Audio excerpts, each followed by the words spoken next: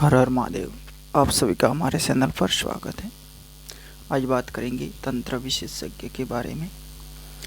तंत्र विशेषज्ञ यानी तंत्र के बारे में विशेष जानकारी। ठीक है, विशेषज्ञ उसे ही कहते हैं जो विशेष जानकारी रखता हो, चाहे किसी सब्जेक्ट से संबंधित हो। जो अपना सब्जेक्ट है वो है तंत्र। तंत्र और मंत्र, इसके बाद जुड़ता है साधना। तंत्र कुछ प्रैक्टिकली प्रयोग होते हैं, मंत्र होते हैं जिनके जप किए जाते हैं, और साधना वो प्रक्रिया होती है जिनमें तंत्र और मंत्र दोनों का ही प्रयोग किया जाता है, जिसमें प्रैक्टिकल भी होता है, मानसिक भी होता है और अपने अनुभविक भी होता है। तो वो एक साधना का रूप धारण हो जाता है और उससे उस शक्ति तक पहुंचा जा सकता है।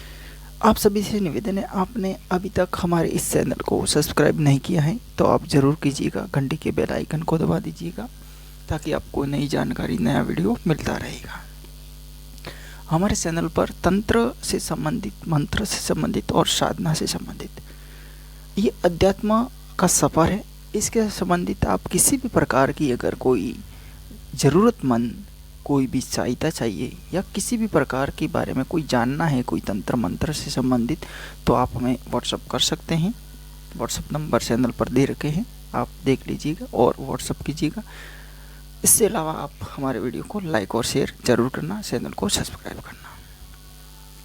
तंत्र विशेषज्ञ वही माना जाता है जो तंत्र में विशेष जानकारी रखता है। अब इसमें तंत्र विशेषज्ञ बनने के पहलू क्या क्या होते हैं तो वो आप समझ लीजिएगा। आपके पास में अगर आपके पास तंत्र विशेषज्ञ बनने के कुछ पहलू हैं तो उसको समझना अति आवश्यक होता है। तंत्र में यही होता है कि पहले तो अपने को तंत्र को समझना अति अनिवार्य है कि तंत्र किस प्रकार से है। यानी तंत्र और मंत्र एक ऐसी सब्जेक्ट है जिस पर एक अपने अनुभव लेने पड़ते हैं। किसी गुरु के शरण में या स्वयं करो या कहीं से आप कुछ दिन के लिए कहीं जाओ तो वहाँ पे आप किसी के पास सीख सकते हैं। ये क्या होता है कि एक अदृश्य शक्तियों का प्रोसेस होता है, यानी अदृश्य शक्तियाँ होती है जिसे लोग भूत प्रेत आत्मा वगैरह कहते हैं। बस वही तंत्र और मंत्र का रिलेटेड होता है, उन्हीं से होता है। चाहे इंसान कुछ भी कहे कि देवी है, देवता है, जो कुछ है, भूत है, प्रेत है, लेकिन इन सब का वास्ता एक ही पहलू से माना जाता है और वो है तंत्र। तंत्र में कई प्रकार होते हैं, अलग अलग होते हैं। ठीक है, विशेषकर ब्लैक मैजिक एक अलग प्रकार है जिसमें आत्माओं का विशेष विस्तार से बताया जाता है।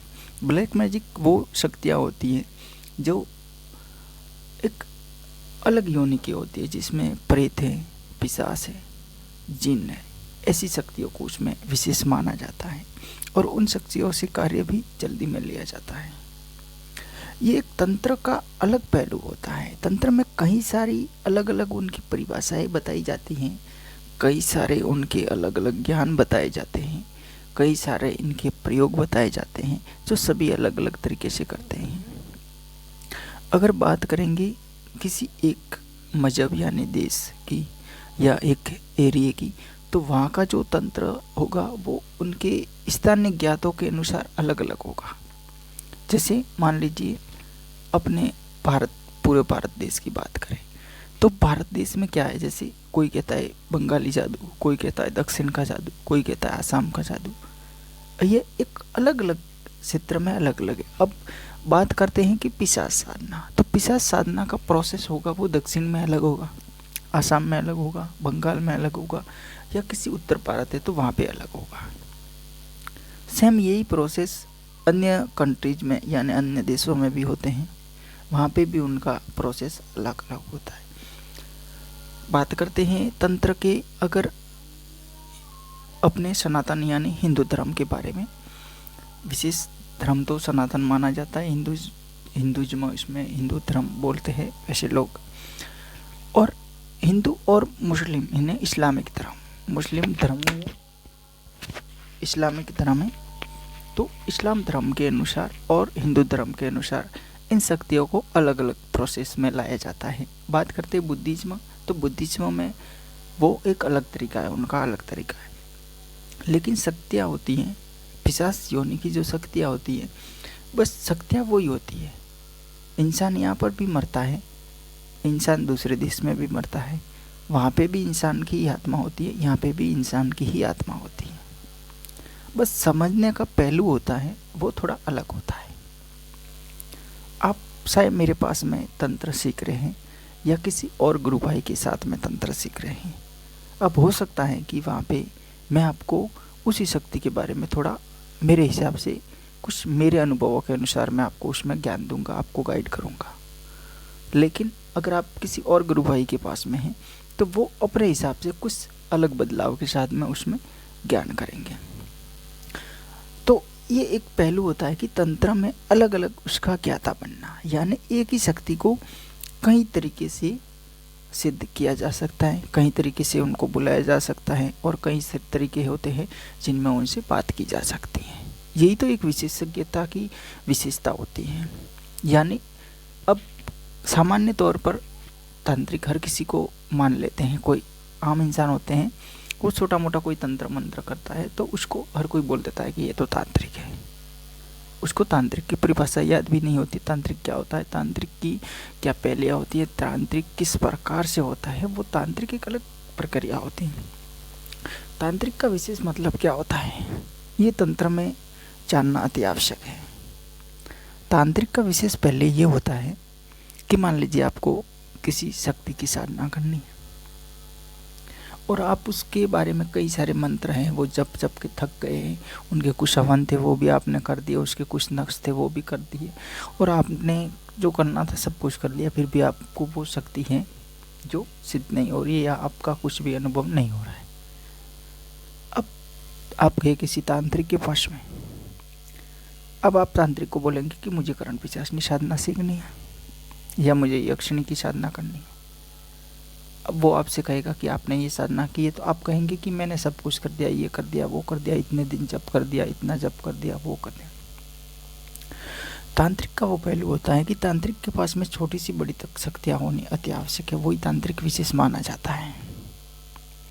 यानी आप किसी मान लीजिए किसी बीमार इंसान को लेके तांत्रिक के पास में गए, अब उस बीमार इंसान को हो सकता है कि छोटी सुड़ेल लगी हुई है या हो सकता है कोई बड़ा जिन लगा हुआ है। तो तांत्रिक का पहलू ये होता है कि चाहे छोटा है बड़ा है, उसको निकालने का कुछ तरीका उसके पास होना अति आवश्यक है। हो सकता है उसके एक प्रयोग से एक विधि से ना निकले, दूसरी विधि वो अपनाएगा, तीसरी अपनाएगा, हो सकता है एक की जगह 5 दिन लगेंगे, 10 दिन लगेंगे, लेकिन तांत्रिक होता है कि उसको उस विद्या के जरिए, अपनी शक्ति के जरिए उससे जो भी आत्मा प्रेत होती है उसको हटा सकता है और उसको ठीक किया जा सकता है। बस यही प्रोसेस तंत्र में होता है। तंत्र में यही होता है कि किसी भी शक्ति का बार बार अपना जप करने से, उसकी साधना करने से अगर वो सिद्ध नहीं होती है तो तांत्रिक विशेषज्ञ होता है वो अपने पहलू से उस शक्ति को सिद्ध करता है। तो वो ही एक तंत्र विशेषज्ञ माना जाएगा।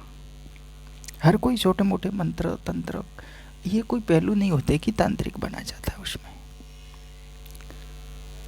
आज आप कहीं भी देख लीजिएगा, विशेषकर ग्रामीण क्षेत्र में कोई छोटे मोटे किसी के बच्चों के कोई दांगे बांधना या किसी का कोई थोड़ा बहुत दर्द वगैरह होता है तो किसी के नाम से कुछ धांगा करता है, या किसी का दिया हुआ वो पुराना रटा रटा कोई मंत्र होता है तो उसी से कुछ झाड़ फूक कर देता है, तो लोग उसी को तांत्रिक समझ बैठते हैं।